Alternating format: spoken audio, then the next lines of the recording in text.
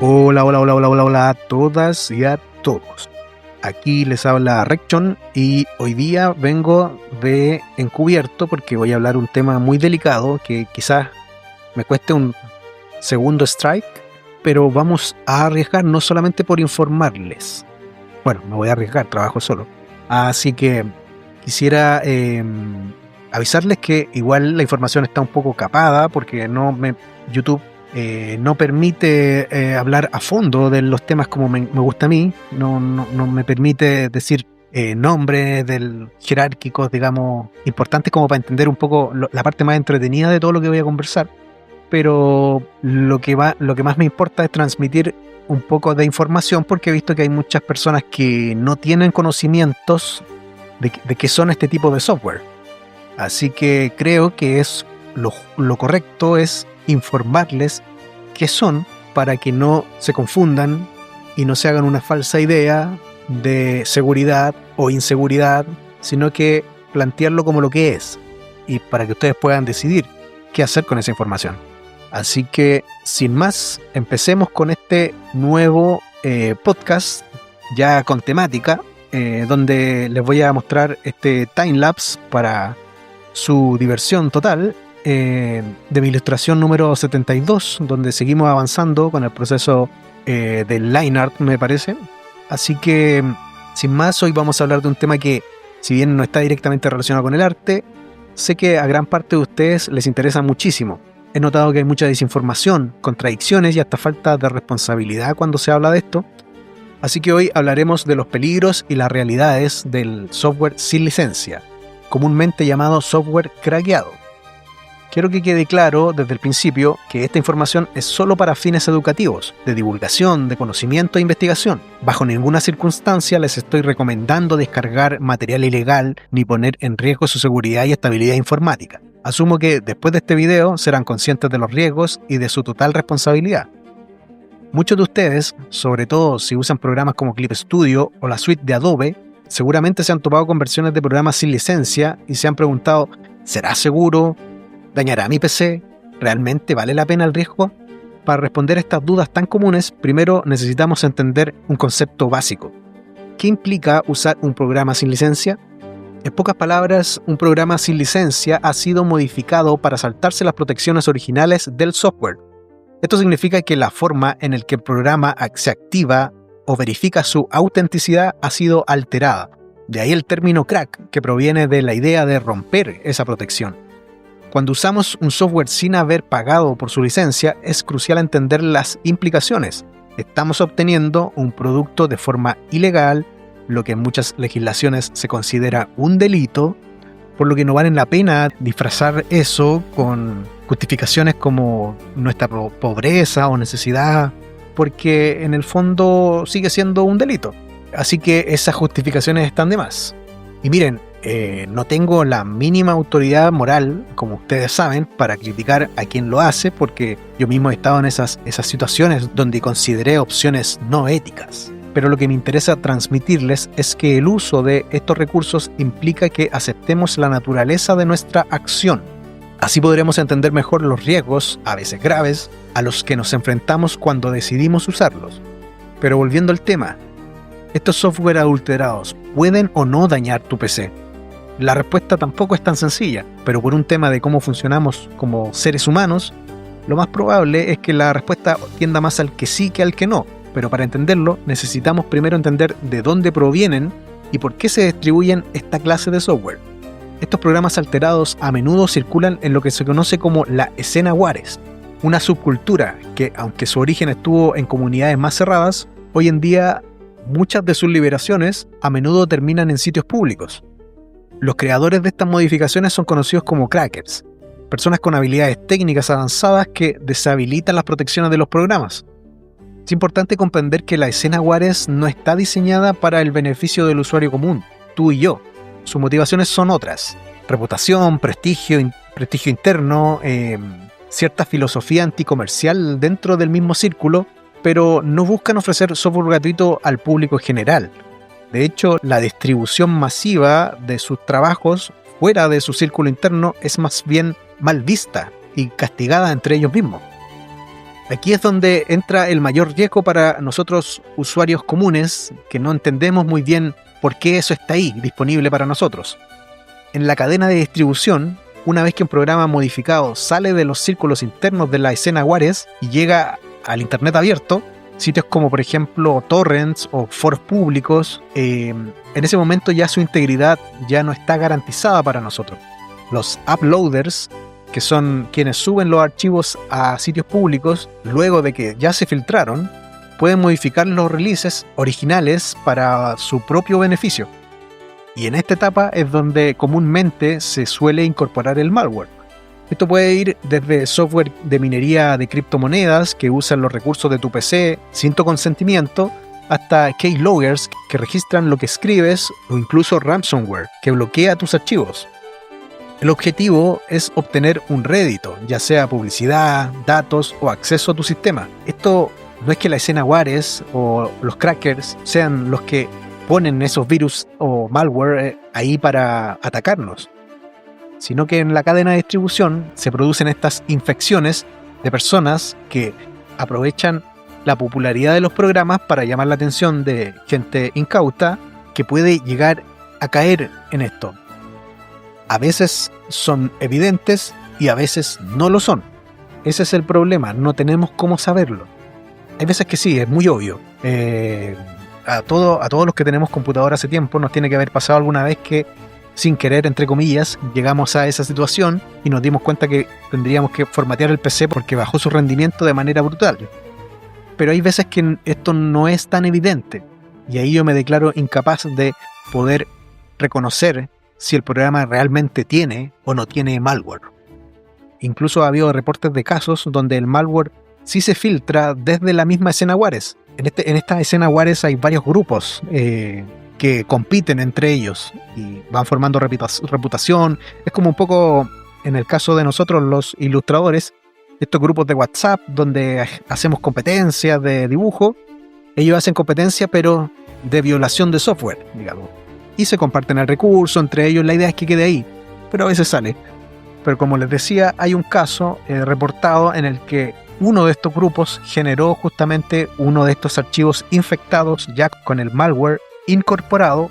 Bueno, y obviamente fue repudiado por esa comunidad, pero lo que importa es que esto nos permite hacernos una idea del riesgo real e impredecible de la infección y la nula capacidad que tenemos como usuarios corrientes de analizar con fiabilidad un programa sin licencia en busca de software malicioso. Creo que se puso a llover más fuerte ahora. Pero bueno, por eso no vale la pena al final de gastarse en explicaciones cada vez que un despistado viene al canal diciendo que su antivirus le avisó de un malware o que lo subió a Virus Total y confirmó que tenía malware, porque herramientas como Virus Total por sí solas no son una fuente confiable para determinar la seguridad de un archivo modificado. Ningún antivirus puede hacer eso en realidad. En el caso de Virus Total, solo te muestra que motores antivirus detectan algo como potencialmente peligroso basándose en suposiciones o en firmas genéricas. No te dice si realmente el archivo contiene malware destructivo específico, como spyware, ransomware o keyloggers. Algunos de estos motores están diseñados de hecho para marcar como malicioso cualquier crack o parche que modifica un software de forma no autorizada, incluso si no daña al usuario. Simplemente por el hecho de alterar un ejecutable ya se define como malware. Entonces, ¿hay alguna forma de comprobar si un programa modificado tiene malware? La única forma confiable es un análisis profesional en un entorno controlado, denominado sandboxing o ingeniería inversa. Esto implica una ejecución real del archivo en un entorno aislado, un análisis profundo del comportamiento, de la red, de las llamadas al sistema, así como una revisión del código. Ese es un trabajo altamente especializado que va mucho más allá de lo que un usuario común puede hacer. Quizá te parezca extraño que si tu antivirus o Virus Total dicen que se encontró un virus o malware, esto no sea suficiente prueba. Pero la realidad es que los antivirus son a su vez programas comerciales y su diseño a menudo incluye la lucha contra la piratería porque los afecta directamente a ellos. Y sí, los antivirus son parte de la fuerte lucha corporativa por acabar con el uso de software sin licencia. Paradójicamente, hoy día que las empresas buscan monetizar a través de las suscripciones, este mismo sistema, que ya está cansando mucho a los usuarios, está haciendo que mucha gente recurra por necesidad a las versiones no oficiales, pero a menudo no suelen ser conscientes de los riesgos. Y es por eso también que estoy haciendo este video, para informarles, porque no vale la pena que me pregunten a mí. Y les voy a explicar por qué. Un programa modificado para saltarse licencias se comporta de una manera que para un antivirus es sospechosa. Modifica los ejecutables, edita validaciones, esconde procesos e inyecta código. Estos son comportamientos que los antivirus asocian con virus, generando falsos positivos o alertas genuinas de riesgo.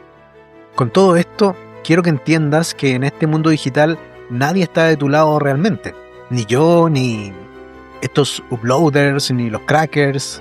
Estás completamente solo y con los recursos ahí a la mano, y al final es tu decisión y es tu riesgo, independiente de quién te lo entregue. La única seguridad que podrías tener es tener a un amigo verdadero, un verdadero experto en seguridad o ciberseguridad, que tenga la amabilidad de revisarte un programa completo durante semanas y ver su comportamiento. Porque en el fondo hay veces que estos programas o estas malware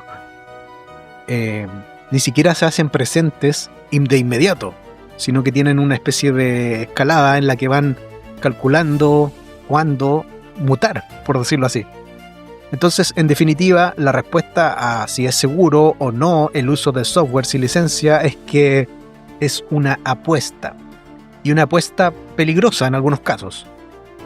No hay seguridad real. Solo podría haber una sensación de que todo está bien porque a lo mejor tu PC sigue funcionando, puedes abrir, cerrar programas y no estás teniendo ningún problema. Pero tampoco eso es garantía. Personalmente, una de las cosas que más me sorprende es la gente que antes de descargar el software pregunta si es seguro.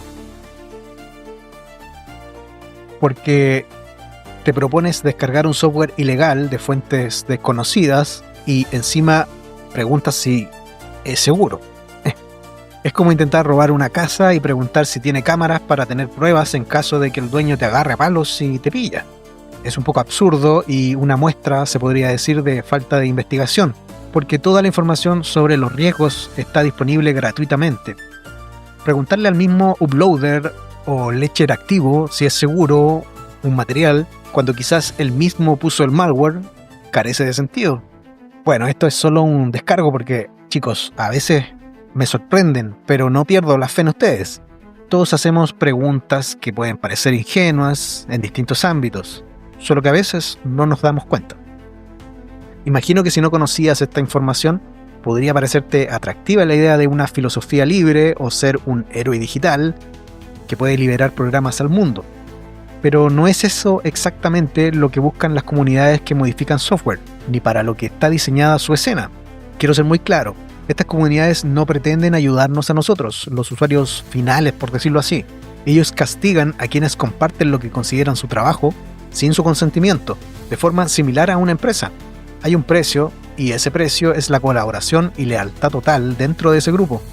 Cuando se habla de libertad en este contexto, se refiere a su propia escena y a su beneficio mutuo, no a la democratización global del software. Es crucial comprender esto porque se tiende a confundir la escena Juárez con algo como una especie de Robin Hood, lo cual no es correcto. Lo más parecido a eso serían los creadores de software de código abierto o libre, como Linux y otros. Pero ya no estaríamos hablando de versiones modificadas, sino de programas con una filosofía completamente diferente.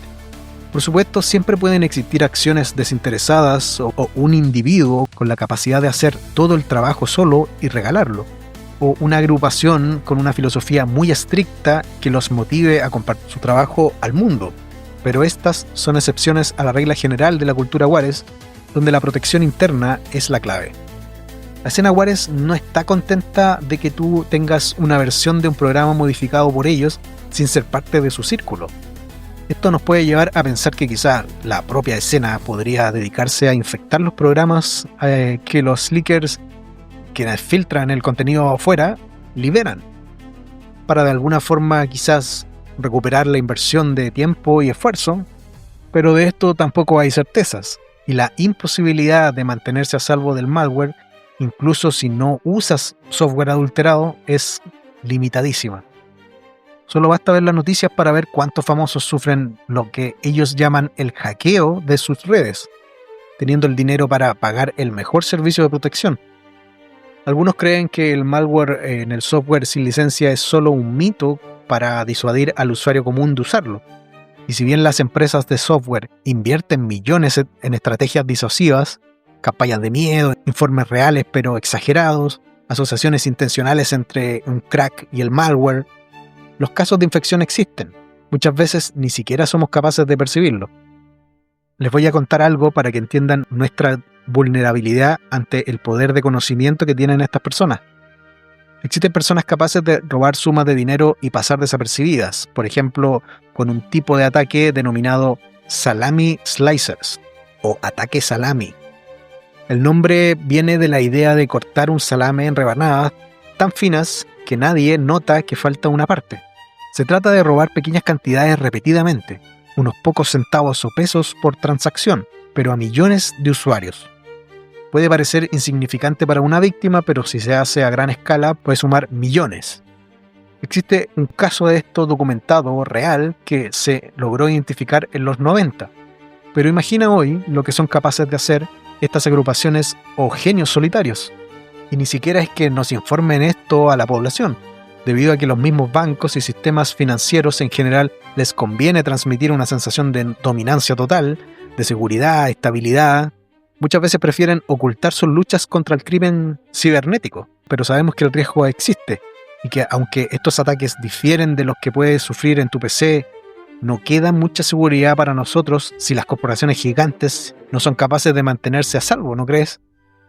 Entonces sería absurdo ver este video y esperar que te diga que existe una forma de usar programas sin licencia de forma segura. Ahora que ya viste este video, puedes tomar tu decisión, informada o informado.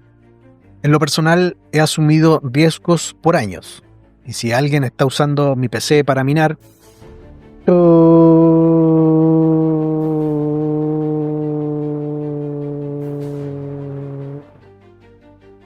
espero que ahora puedan estar más conscientes de su entorno virtual y al mismo tiempo responsabilizarse apropiadamente de sus acciones. Y eso es todo por ahora. Espero que si vienes de Instagram o de alguno de mis sitios, hayas quedado un poco más claro luego de ver este video y lo que hagas, lo hagas con conciencia, porque somos cada uno responsables de lo que hacemos.